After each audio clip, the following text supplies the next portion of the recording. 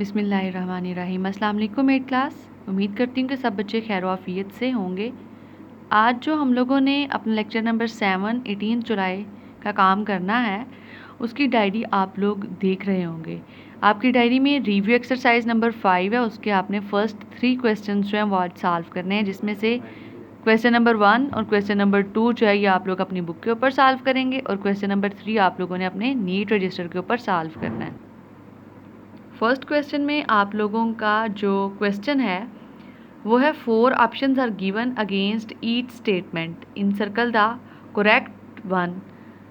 First आप लोगों के पास जो आप लोगों का MCQ है वो है आपके पास 4x + 2y + 3z is an algebraic expression, equation, inequality. और थर्ड आपके पास जो फोर्थ है वो है सिंबल के बारे में। इसमें बच्चों आप लोगों का जो करेक्ट ऑप्शन होगा वो एक्सप्रेशन है, क्योंकि जो इक्वेशन है, इक्वेशन में ये होता है कि उसमें हमारे पास इक्वालिटी का साइन आता है, इक्वल का साइन आता है। तो जो हमारे पास एक एक्सप्रेशन गिवन है उसमें कोई भी इक्वल का साइन नहीं है, इनइक्वालिटी मतलब ग्रेटर आर लेस, और सिंबल तो है ही नहीं है। सिंबल तो हमारे पास प्लस और माइनस में सिर्फ होगा ना, तो ये हमारे पास एक एल्जेब्रिक एक्सप्रेशन है। सेकेंड है the alphabet which can assume different values is called. हमने पहले भी पढ़ा हुआ है कैसे अल्फ़ाबेट्स जिनको हम लोग डिफरेंट वैल्यूज़ के साथ एज्यूम कर सकते हैं, वो हमारे पास लास्ट 3 डिजिट्स थे जिनको हमने नाम दिया था वेरिएबल्स का। थर्ड आप लोगों का जो ऑप्शन है उसमें है इन 2x - 3y + 4z there are variables. अब इसमें कितने वेरिएबल्स हैं? यहाँ पे हमारे पास 3 वेरिएबल्स हैं, एक x है, y है, और जो तीसरा वो है z। फोर्थ है आप लोगों के पास option to represent variable we use. हम लोग वेरिएबल्स को ज़ाहिर करने के लिए इस्तेमाल किसे करते हैं? तो कॉन्स्टेंट्स को नहीं करते, नंबर्स को नहीं करते, लिटरल्स को नहीं करते, हम अल्फ़ाबेट्स को यूज़ करते हैं।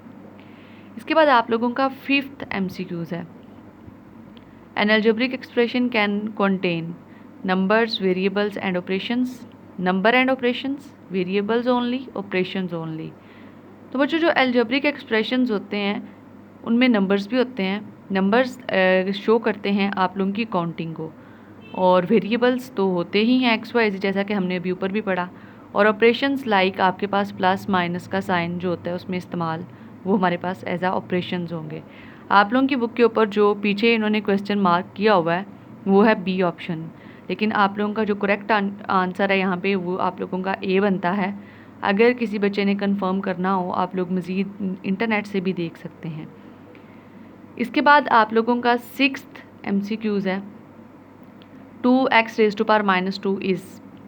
अब देखेंगे यहाँ पे वेरिएबल की पावर -2 है, तो ये एक पोलिनोमियल तो नहीं होगा, ठीक है, इसलिए हमने क्या कहा, नॉट अ पोलिनोमियल। आपके पास 7th आपका MCQs है इन 3x² + 2x - 1 the degree of the polynomial is. यहाँ पे पोलिनोमियल की डिग्री क्या है? डिग्री क्या होती है? हमने पहले भी पढ़ा हुआ है, the highest power of the variable is called degree. तो यहाँ पे वेरिएबल x है और x वेरिएबल की हाईएस्ट डिग्री क्या है? 2 है, इसलिए इसकी डिग्री भी क्या होगी? 2 होगी। आप लोगों का 8th MCQs है in a polynomial the number multiplied with the variable is called. हम लोगों ने ये पढ़ा हुआ है कि एक पोलिनोमियल के अंदर एक नंबर जिसको हम वेरिएबल के साथ मल्टीप्लाई करते हैं वो उसका क्या कहलाता है? कोफिशिएंट कहलाता है। आपका इसी तरह से 9th वाला MCQs पोलिनोमियल 3y² इज़। यहाँ पे 3y² जो पोलिनोमियल है ये लीनियर है, क्वाड्रेटिक है, क्यूबिक है या बाई क्वाड्रेटिक है।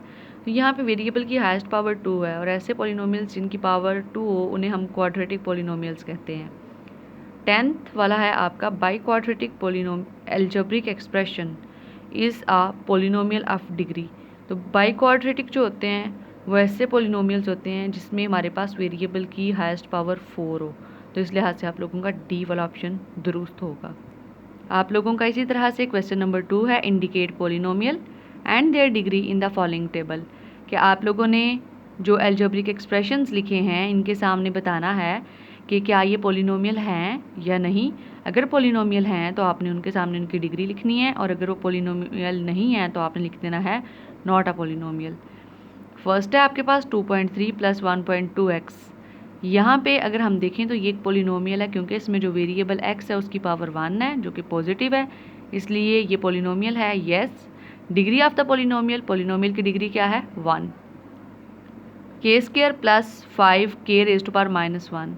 यहाँ पे वो हमारे पास एज अ वेरिएबल जो यूज़ कर रहा है वो k को यूज़ कर रहा है एज अ वेरिएबल, और यहाँ पे k की पावर आ गई है माइनस में, -1 है, इसलिए ये नेगेटिव है। और नेगेटिव जो हमारे पास पावर्स होती हैं वो हमारे पास पोलिनोमियल्स को नहीं होल्ड करती हैं, और डिग्री जो है इसकी वो भी हम क्या लिखेंगे, नॉट अ पोलिनोमियल।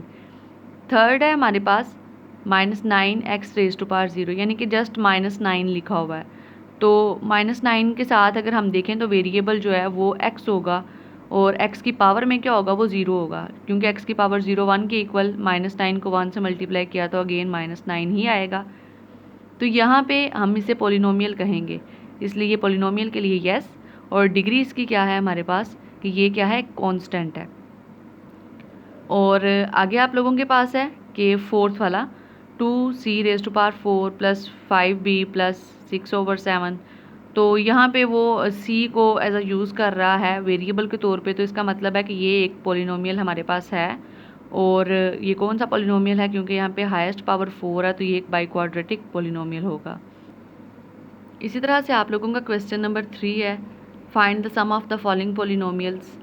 आपके पास 2 क्वेश्चंस हैं जिसमें आप लोगों ने इन पोलिनोमियल्स का सम फाइंड करना है, जो कि हम लोग पहले भी कर चुके हैं। क्वेश्चन नंबर 3 जो है इसकी हम लोग क्वेश्चन की स्टेटमेंट लिखेंगे, उसके बाद इसका फर्स्ट पार्ट, आगे सॉल्यूशन। हमने उस दिन भी जैसा कि बच्चों डिस्कस किया था कि जितने भी हमारे पास एल्जेब्रिक एक्सप्रेशंस या पोलिनोमियल्स होते हैं वो कॉमर्स के ज़रिए उसने सेपरेट करके लिखे होते हैं। अगर हमने इनका सम फाइंड करना हो तो हम क्या करते हैं, इन कॉमर्स की जगह पे प्लस का यानी कि एडिशन का साइन जो है वो पुट कर देते हैं। ब्रैकेट्स तब लगाते हैं जब हमारे पास किसका साइन हो, सब्ट्रैक्शन का, माइनस का साइन हो तो ब्रैकेट्स लगाते हैं। चूँकि यहाँ पे हमने ऐड करना था इसलिए हमने ब्रैकेट्स पुट नहीं की, सारे जो हमारे पास पोलिनोमियल्स थे हमने उनको लिखा। अब आपने क्या करना है कि इनको ये देखना था कि इन सब में हमारे पास कैंसलेशन किन किन वैल्यूज़ की हो सकती हैं। तो हमने उनको कैंसिल किया, उसके बाद आप लोग इसको अरेंज करेंगे ए, बी और सी के लिहाज से। सबसे पहले 3a, उसके बाद a वाली हमारे पास कोई और टर्म नहीं बच रही थी, वो एक +2a था और एक -2a था, इक्वल बट ऑपोजिट साइंस, आप लोग इसे कैंसिल करेंगे। इसके बाद b वाली वैल्यूज़ हैं जिसमें +3b, -1b और +4b है। उसके बाद लास्ट पे हमारे पास एक और टर्म है जो कि -1b लिखी हुई है। इसके बाद हमारे पास c वाली टर्म्स आ जाएंगी, और c वाली टर्म्स में +c और -c तो कैंसिल हो जाएंगे, बाकी 3 terms बचेंगी, c + 5c + 3c। Last पे अगर हम देखें तो हमारे पास 3a एज इट इज़ आएगा, प्लस 3b में से हमने 1b सब्ट्रैक्ट किया तो 2b, और फिर 4b में से 1b सब्ट्रैक्ट करेंगे तो +3b। आगे अगर हम देखते हैं तो सबके साथ साइन क्या है, हमारे पास पॉजिटिव का साइन है यानी कि प्लस है। तो 5 और 3 8, 8 और 1 9, तो यहाँ पे आपके पास क्या आ जाएगा, 9c।